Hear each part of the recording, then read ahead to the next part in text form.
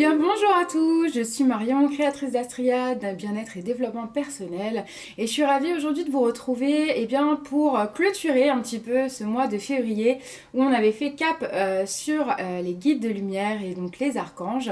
Et aujourd'hui j'avais envie de vous présenter les derniers anges auxquels vous pouviez faire appel. Cela en tout cas ne porte pas de nom précis, en tout cas je n'aurai pas de nom à vous donner aujourd'hui, tout simplement parce que ce sont les anges qui vous accompagnent depuis votre naissance, à savoir on peut parler d'archanges, on peut parler également de guides de lumière. Il faut que vous sachiez qu'à votre naissance, il y a un guide spirituel, un petit peu comme un parrain, qui, depuis la création de votre âme à la source, vous suit et vous accompagne. C'est avec lui que vous avez choisi votre chemin de vie, en tout cas vers ce quoi vous alliez tendre, les expériences que vous aviez envie de vivre. C'est lui qui vous accompagne chaque jour, il est là à vos côtés, même si vous ne le voyez pas forcément. Mais sachez qu'on a tous un guide, en tout cas, qui nous accompagne, qui veille sur nous et à qui on peut demander des choses. Donc, on peut parler d'archange, ça peut être un archange, ça peut être un être plus évolué encore. C'est assez difficile de savoir au niveau de la hiérarchie chez ces êtres de lumière, chez ces guides spirituels, comment ça fonctionne. En tout cas, sachez que en plus des archanges que je vous ai présentés, en tout cas pendant ce mois, il y a des êtres de lumière qui vous accompagnent depuis votre naissance et même bien avant, dans toutes les vies que vous avez eues, passées, et dans les vies que vous aurez ensuite, qui viendront. Donc sachez que vous pouvez faire appel à ce guide, même si vous ne connaissez pas son nom, même si vous ne savez pas qui c'est, vous pouvez faire appel à lui. Alors vous pouvez l'appeler mon guide ou mes guides, hein. Alors on en a un, on va dire, qui nous suit vraiment, mais à côté de ça il y en a aussi plusieurs qui peuvent intervenir à différents moments de votre vie, donc à différents carrefours de votre vie. Donc si vous vous retrouvez à un moment où peut-être c'est un peu compliqué pour vous, vous avez peut-être des décisions à prendre, des choix à faire, ou si vous vous sentez simplement perdu, si vous ne savez plus dans quelle direction aller, vous pouvez aussi demander du coup l'aide de ce guide spirituel qui vous accompagne. Alors, comment faire ? Vous avez plusieurs méthodes, donc je vous en avais parlé un petit peu avant. Donc déjà par la méditation. Il suffit simplement déjà de vous mettre dans un état méditatif et puis de l'appeler en fait mentalement. Vous pouvez l'appeler à haute voix aussi, hein. C'est important de matérialiser les mots, de formuler l'intention à haute voix, parce que les mots émettent des fréquences et ça aura toujours un plus fort impact si vous les dites à haute voix que si vous les gardez à l'intérieur. L'important, c'est vraiment, encore une fois, votre intention. Et même si les mots ne sonnent pas parfaitement ou que voilà, vous n'avez pas forcément une élocution irréprochable, c'est pas ce qu'on vous demande. Ce qu'on vous demande, c'est vraiment de mettre votre intention, et votre guide, lui, votre ange, il saura faire la part des choses. Donc donc par la méditation, vous pouvez... moi je sais que je parle à haute voix fréquemment. Ça peut être à des moments où vous êtes tout seul, vous vous posez une question. Si vous n'avez pas forcément le temps de vous mettre dans un état méditatif, disons que c'est bien de se mettre en méditation parce que ça vous permet de vous recentrer sur vous, de vous connecter un petit peu... aux dimensions supérieures, de sortir un petit peu de votre ego, et puis d'ouvrir aussi vos sens. J'entends clairvoyance, clairaudience, si vous avez envie de recevoir un message, ce sera plus facile de discerner si vous êtes dans cet état, un petit peu de méditation. Maintenant, c'est pas forcément nécessaire. Moi, je sais quand j'ai besoin des fois d'une demande comme ça, ou quand je suis dans un état où j'ai pas forcément l'occasion de pouvoir me mettre en méditation.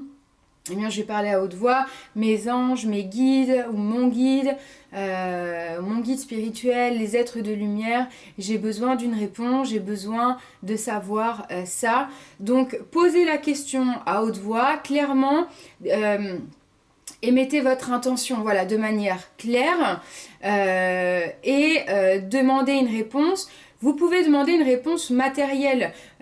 Vous pouvez demander à voir telle ou telle chose dans un certain temps donné. Moi, c'est toujours le conseil que je donne. Voilà, si je dois faire ça ou si je dois aller dans cette direction-là, eh bien, je veux voir ça dans les 3 jours qui viennent, par exemple. Et puis, vous pouvez refaire la demande tous les jours jusqu'au 3e jour. Honnêtement, moi, ça a toujours fonctionné. Après, il faut être assez ouvert du coup aux signes parce que des messages, il faut savoir que vos guides, ils vous en envoient régulièrement, ils vous montrent des choses, mais on n'est pas forcément toujours prêt à les voir.